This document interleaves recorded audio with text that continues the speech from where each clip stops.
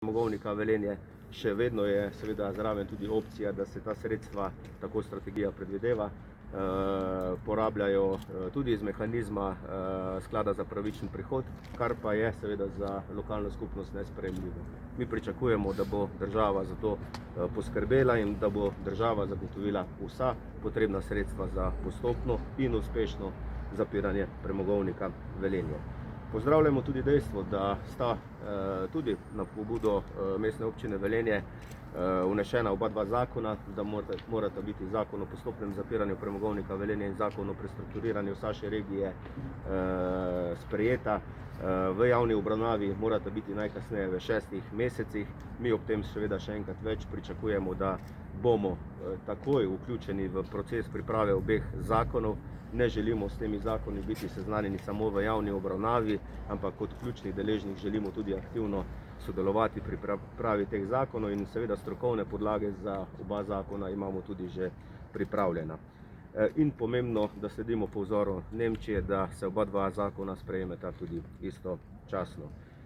Pozdravljam tudi, da so na nek način opredeljeni, niso pa natančno določeni sami viri financiranja za prestrukturiranje Saše regije, torej nič obvezujočega, je pa na načelni ravni so sredstva nakazana. Vzpostavil se bo center za pravičen prehod znotraj Saše regije, kar seveda tudi pozdravljamo, in kazalniki, ki naj bi se spremljali vsake 3 leta. To v sami strategiji sicer je zajeto, nažalost pa nismo bili uslišani v tem, da se pravzaprav ti kazalniki določijo in sama merila določijo v sami strategiji, da vemo, kaj bomo spremljali vsake 3 leta, da vemo, kdo bo to spremljal, kdo bo to izvajal in predvsem, kaj če neki kazalniki in merila ne bodo doseženi, kaj bomo seveda storili za tem. Tisto, kar je pa z naše strani tudi najbolj problematizirano, pa vemo, da smo o teh stvareh že veliko govorili v preteklih tednih, mesecih, ob različnih dogodkih, so pa delovna mesta. Strategija sicer zajema oziroma določa 5000 delovnih mest, ampak do leta 2050. To je za nas nesprejemljivo. Mi potrebujemo delovna mesta danes oziroma najkasneje do leta izstopa iz premoga. Čez 20-30 let nam dodatnih 3000 delovnih mest kaj dosti ne pomeni pri samem prestrukturiranju, zato sem na tem področju, lahko rečem, tudi najbolj užaloščen, da ni bila naša pobuda sprejeta. Konec koncev o tem smo govorili tudi z ministrom Vrtovcem, ko je bila vlada na obisku tukaj v naši regiji, in zaradi tega pravim, da na nek način ta strategija pušča tudi ljudi na cedilu. Že v sami strategiji je zapisano, da je po oceni pripravljalca te strategije v letu 2020 bilo približno 20% delovnih mest, ki je vezanih neposredno na premogovništvo in na proizvodnjo električne energije. To seveda pomeni za mestno občino Velenje približno 3000 ali pa več kot 3200 delovnih mest. Če sem preštejemo še posredna delovna mesta, potem veste, zakaj mi zagovarjamo 5000 delovnih mest do leta 2030. Ker država očitno ne želi sprejeti te odgovornosti, se zavedam, da bomo to odgovornost morali prevzeti znotraj lokalne skupnosti, lokalnih skupnosti, skupaj z gospodarstvom in tudi skupaj z ostalimi poslovnimi subjekti. Sam se tega izziva ne bojim, bi bilo pa seveda veliko lažje, če bi država v procesu ustvarjanja novih delovnih mest igrala tudi aktivno vlogo oziroma da bi tudi njihov scenarij na tem področju bil veliko bolj ambiciozen. Letnica izstopa iz premoga je najkasneje 2033. To je ambiciozen scenarij. Osebno seveda dvomim, da bo ta letnica vzdržala, kajti prepričan sem, da do takrat Slovenija ni sposobna zagotoviti nadomestnih energetskih virov. Je pa to seveda v domeni države in zato ne bi želel preveč manipulirati oziroma se ukvarjati s tem vprašanjem. Se mi zdi pa, da je v vsakem primeru zelo pomembno, kakšna bo energetska samooskrba, kakšna je konec koncev tudi prehranska samooskrba. Vse to daje Slovenkam in Slovencem nek pečat o kvaliteti bivanja, o možnostih, ki jih imamo, in ne znam si predstavljati seveda, da bi čez 10 let ugotovili, da smo se odpovedali enemu ključnih energetskih virov, ki ga bo nadomestil na primer ruski plin, in potem se pravzaprav lahko naša odvisnost ali soodvisnost od energetske samooskrbe v trenutku zelo spremeni. Tisto, kar danes bode ali pa kar imamo v tem trenutku tudi slabe izkušnje, je pravzaprav stihijsko izvajanje same strategije oziroma procesa prestrukturiranja. MGRT izvaja ene aktivnosti, SVRK izvaja druge aktivnosti, MZI izvaja tretje aktivnosti, mi pa pogrešamo medsebojsko usklajevanje. Nekoga, ki bo celoten proces ali pa medresorsko usklajeval, ki bo koordiniral, ki bo na nek način ukvarjal se izključno s tem vprašanjem. Jaz razumem, da državni sekretarji, ministri se ob obilici dela seveda težko ukvarjajo izključno z procesom prestrukturiranja, zato seveda je naša pobuda ta, da končno dobimo nekega koordinatorja na medresorski ravni, ki se bo ukvarjal vključno s tem vprašanjem. Tisto, kar pa nas je na žalost v preteklem tednu tudi še dodatno užalostilo, lahko rečem tudi prizadelo. Že prej sem povedal, kar nekaj energije, časa, finančnih sredstev smo vložili v postopke prestrukturiranja. Vemo, da smo pravzaprav 2 leti se aktivno ukvarjali tudi z samo pripravo strategije, da smo v naši regiji identificirali mnoge projekte, ki jih je potem Deloitte tudi ovrednotil in da so ti projekti bili tudi, kar se tiče mestne občine, projektov mestne občine Velenje, zelo dobro oziroma odlično ocenjeni. To je seveda pomenilo, da smo se v mestni občini Velenje, v občinski upravi, pričeli aktivno ukvarjati s posameznimi projekti. Oblikovali smo projektne skupine, začeli pripravljati vsebine, strokovne podlage, zato da bomo čim bolj pripravljeni na samo prestrukturiranje. Pretekli teden pa smo prejeli strani posameznih ministrstv oziroma ministrstva tabelo z projekti naše regije in seveda prizadeto ugotovili, da niti enega projekta mestne občine Velenje ni na tem seznamu. Ne industrijskega inkubatorja, ne nove poslovne cone, cesje, skratka ničesar, kar smo v preteklih letih delali, danes na tem seznamu ni. So pa na seznamu nekateri projekti, s katerimi želijo očitno nekateri reševati energetsko samooskrbo, iskati nadomestne energetske vire. Mi smo pa že večkrat povedali, da ne bomo pristali na to, da se sredstva iz sklada za pravičen prehod porabljajo za nadomestne energetske vire. To seveda pomeni, da bi lahko tudi nuklearko gradili iz teh virov, kar je seveda za nas nesprejemljivo. Mi pričakujemo in zahtevamo, da so ta sredstva uporabljena izključno za ustvarjanje novih delovnih mest in za pravzaprav razvoj te regije. Ravno to je tudi povod ali ključen razlog, da bomo danes po tej novinarski konferenci tudi poslali predsedniku Vlade Republike Slovenije odprto pismo, s katerim ga želimo seznaniti z temi aktivnostmi in seveda z jasnim prepričanjem oziroma zahtevami, da želimo, da smo slišani, da so občine kot ključni razvojni segmenti posamezne regije vključene v procese prestrukturiranja in da pravzaprav imamo tudi aktivno vlogo v tem procesu. Hvala lepa. Hvala lepa, župan. Izvolite, mogoče bi županu zastavili kar kakšno vprašanje, mogoče bo tako najlažje. Kako glede na to, kar ste zdaj povedali, komentirate dejstvo, da je v javnosti prevladalo prepričanje, da Šaleška dolina podpira izstop iz premoga 2034? Težko komentiram. Jaz lahko rečem, da sem se ves čas zavzemal za to, da naša regija zavzema skupno stališče.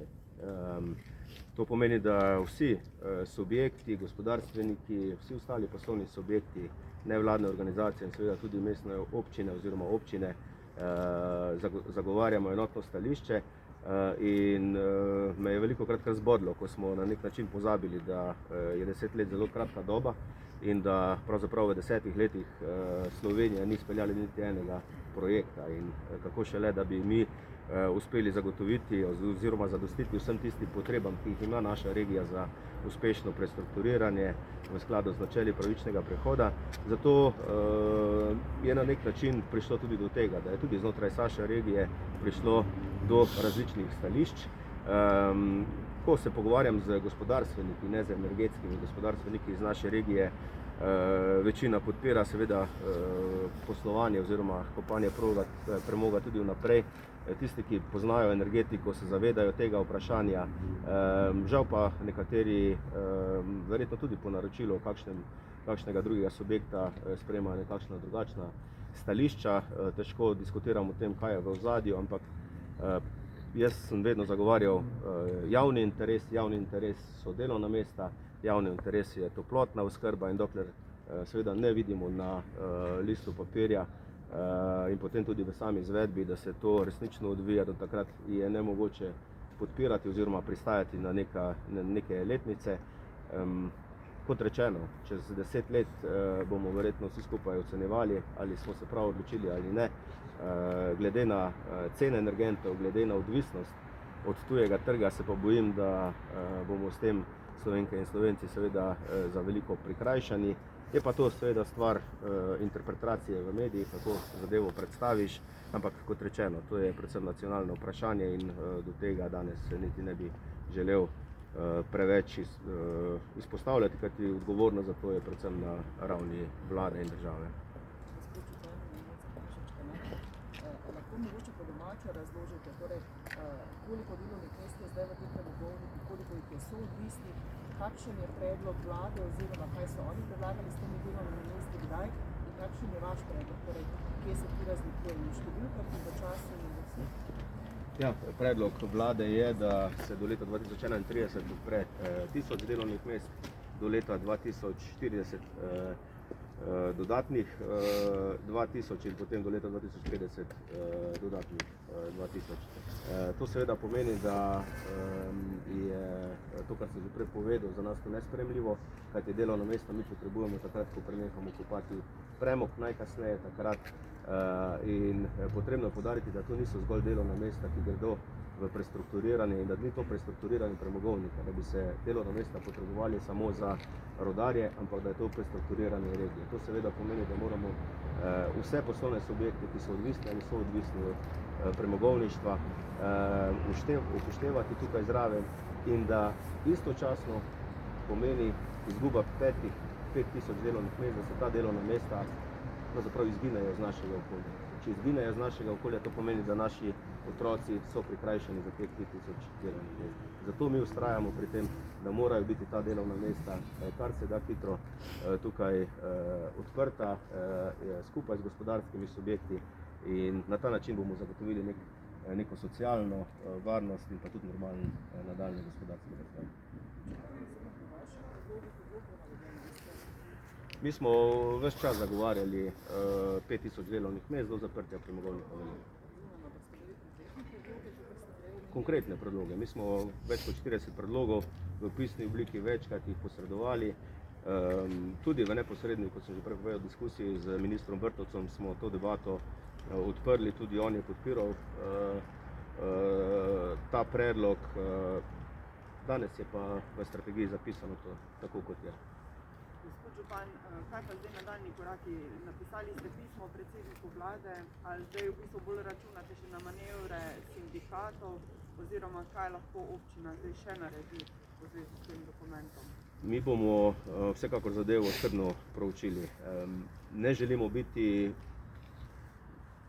ovira, da bi se procesi prestrukturiranja zaustavljali, zavlačevali in da bi pravzaprav kot regija potem zaradi tega tudi utrpeli veliko škodo. Zato se mi zdi predvsem na mesto, da najprej proučimo tudi iz pravnega vidika ta dokument, kakšne možnosti imamo. Meni se zdi predvsem potrebno, da se takšna diskusija odpre tudi na ravni državnega zbora. Konec koncev gre za umik enega izmed ključnih energetskih virov in vlada kot taka, vsaj po mojem mnenju, se ne bi smela vzeti te pristojnosti, da bi izključno sama se seveda do tega opredeljevala. Zato pričakujem tudi kakšno diskusijo. Potrebno je doseči širši družbeni konsens, povedati ljudem, kaj seveda to pomeni, kakšni so plusi in minusi in potem seveda tudi doreči, kako naprej. V vsakem primeru bomo pa mi na teh stališčih vztrajali in pri pripravi vseh naslednjih dokumentov seveda zagovarjali to, kar smo zagovarjali tudi v procesu priprave strategije in še karkoli danes, če bo strategija kot takšna seveda tudi stopila v veljavo. Če bo karkoli dodatnega, da bo potrebno se do tega opredeljevati, bomo pričakovali, da se bo v posameznih zakonih oziroma podzakonskih aktih vse to upoštevalo, kar smo pravzaprav tudi mi izrazili. Zdaj imate zapisano, da tako pomembno vprašanje, ki lahko sproži tudi ustavno presojo, kdaj in v kakšnem primeru bi ta prišla na mizo? Tudi ravno o teh stvareh sem zdaj seveda govoril, da tudi ustavna presoja je ena izmed možnosti. Osebno se do tega ne bi danes seveda opredeljeval, to je predvsem pravno vprašanje. Kot rečeno, ne bi si želel, da s kakršnimi koli pravnimi mehanizmi oviramo nadaljevanje procesa prestrukturiranja. Se mi zdi pa to jasno opozorilo ravno tega, da je potrebno doseči širši družbeni konsens in da takšen dokument roma tudi v državni zbor. To seveda pomeni, da izgubo oziroma odpoved energetskega vira ni odločila zgolj neka skupina ministrov v danem trenutku, ampak da je za takšen manever se odločila pravzaprav celotna politična opcija, ki deluje na ravni države, in na ta način bi seveda tudi se lahko izognili kakršni koli ustavni presoji.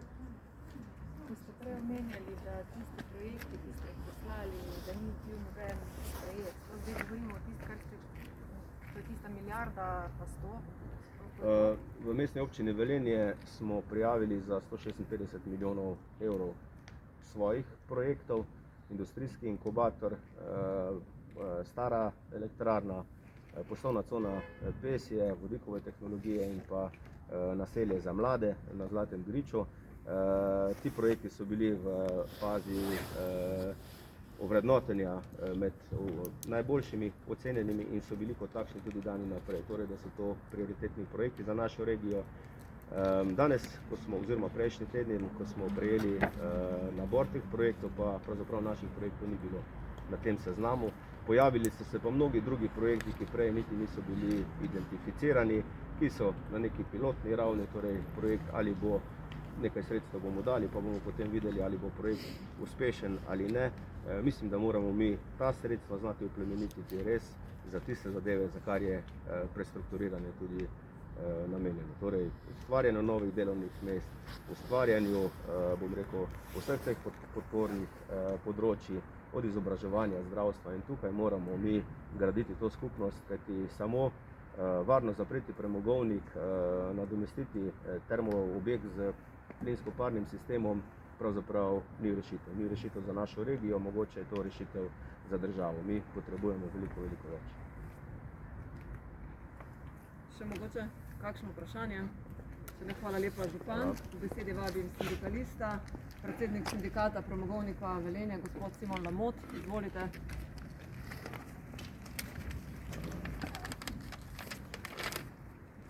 Jaz upam, da ta mraz ni naša prihodnost tudi v domovih. Župan je dal zelo izčrpno poročilo samega dogajanja teh zadnjih 2 let. Jaz bom na kratko preletel to, kar smo si mi pripravili. Dejansko je zadeva taka, da smo tudi mi zelo aktivno sodelovali v tej operativni delovni skupini.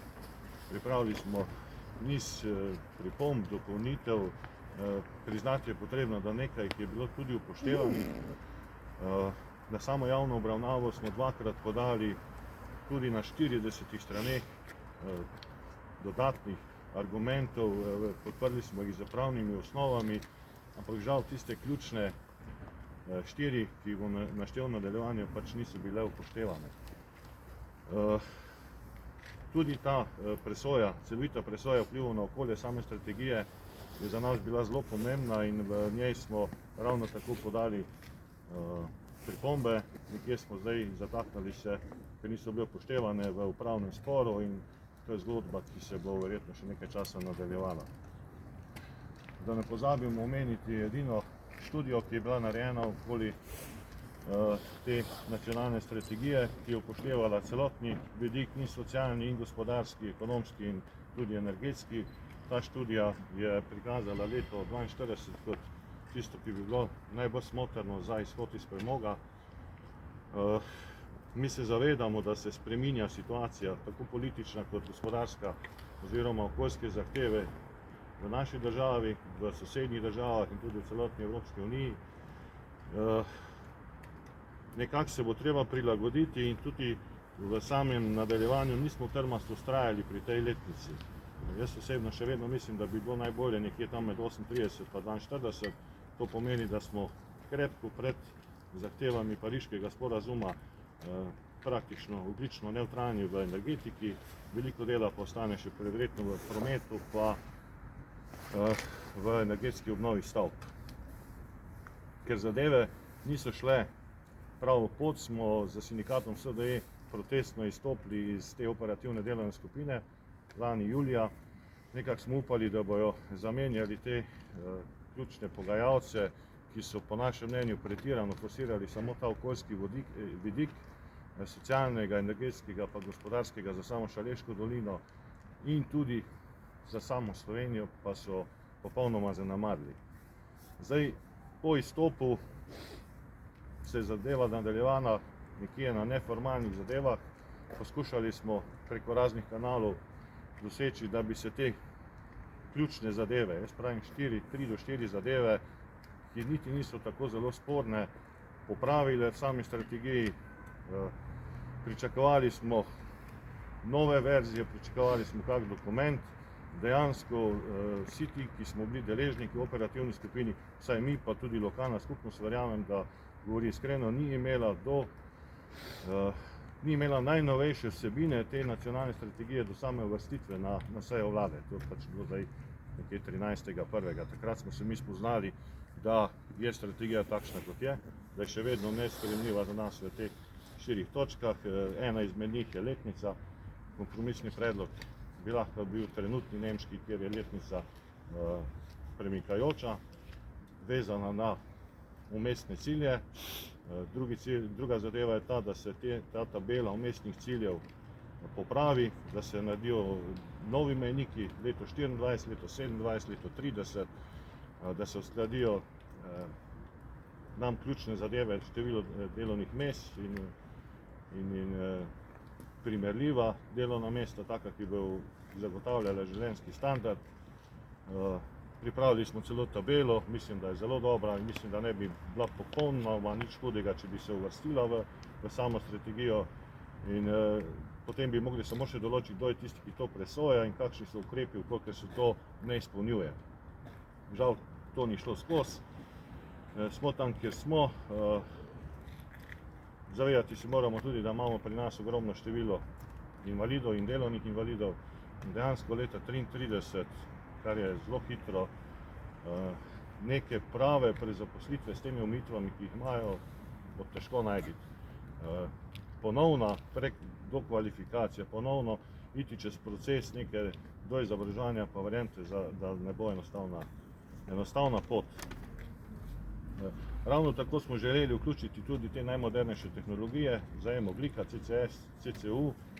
Mislimo, da okolikor bi se razvil nek projekt, v Evropi se kar nekaj dogaja na tem, bi lahko po letu 30 še mogoče tudi nadaljevali z pridobivanjem premoga. Tudi po letu 40 ogljični odtis je tam potem zelo majhen, praktično 90% ogljika se zajame in uporabi v nadaljno predelavo ali pa vtisne v naftne vrtine ali pa izvozi v druge države.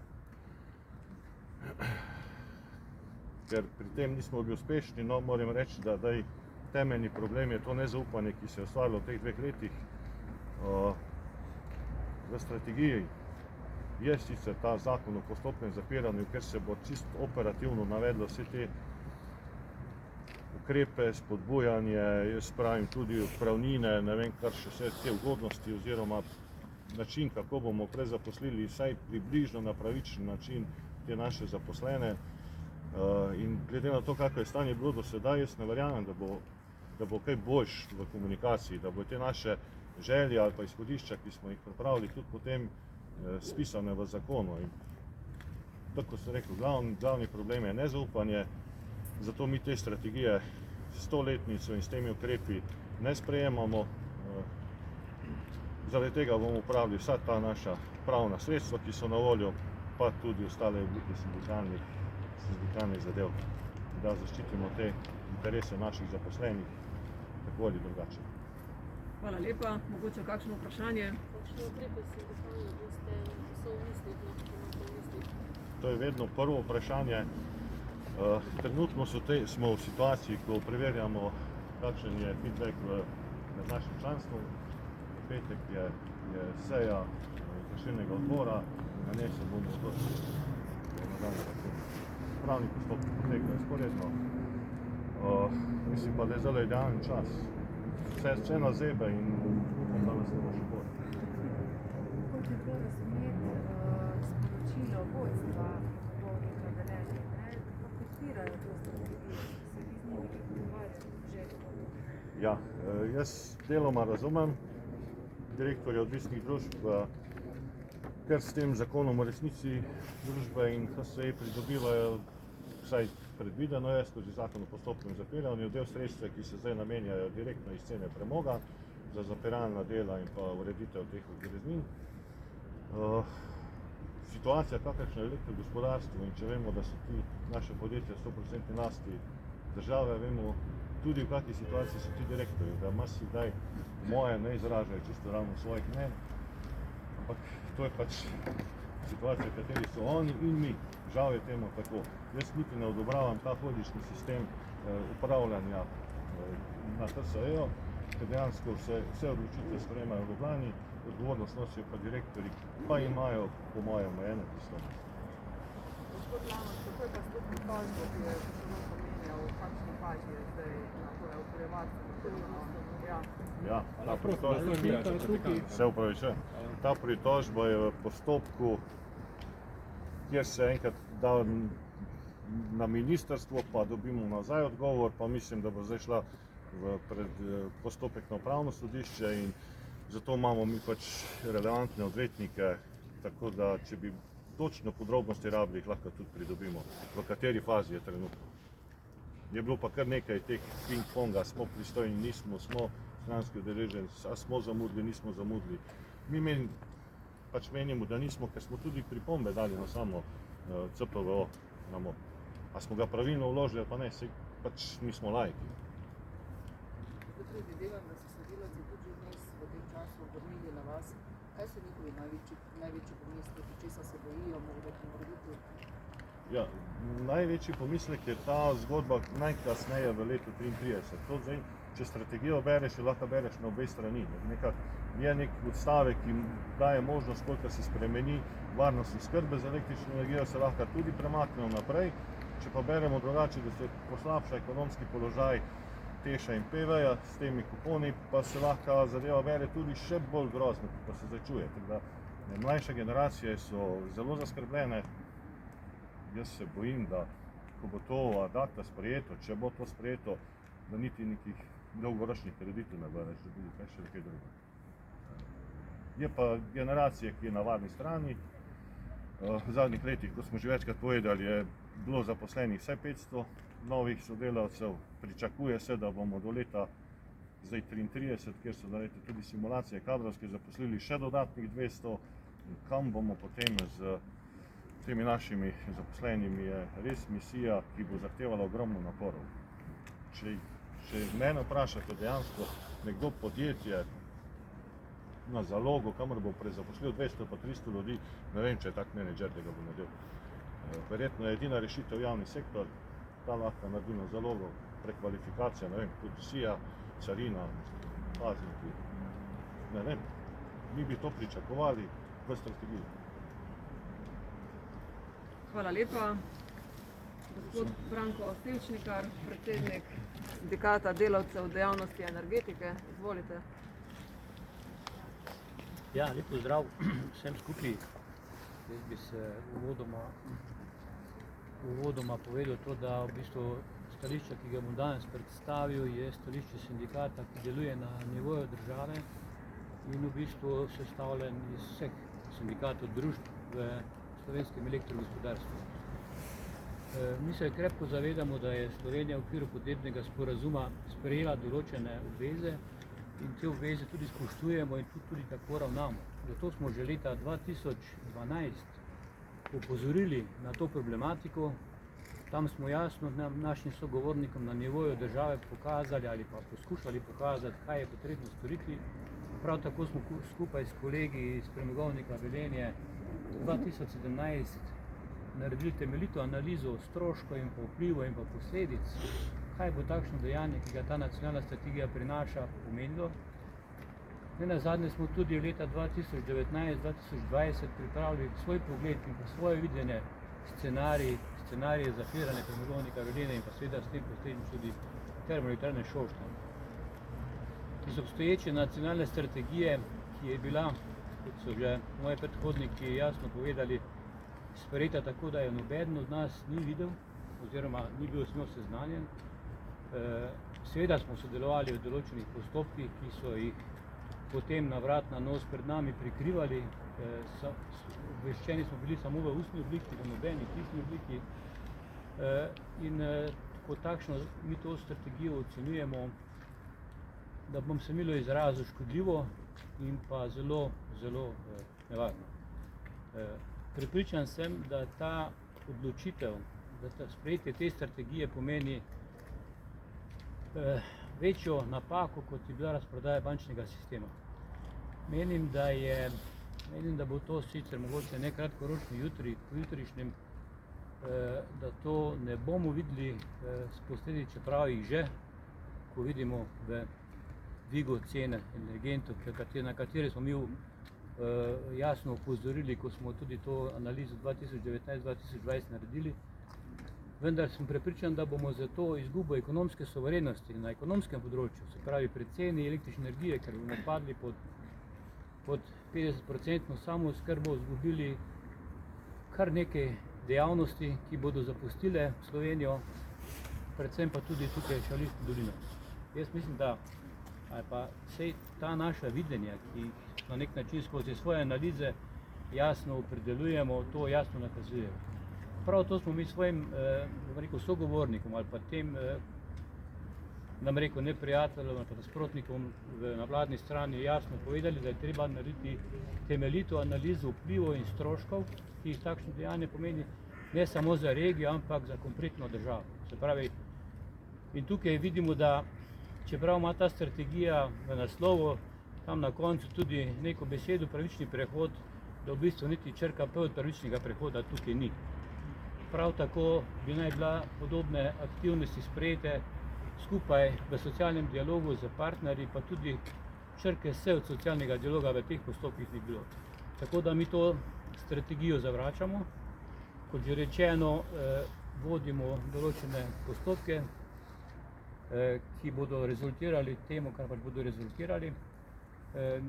Kot tudi je bilo že povedano, mi te strategije nismo še podrobneje predstavili svojim sindikatom v vseh družbah elektrogospodarstva. V termoelektrarni Šoštanj se bomo sestali v sredo, kjer bomo tudi jasno jim predstavili svoje poglede in potem bodo seveda sledile nadaljnje aktivnosti. Hvala lepa, izvolite.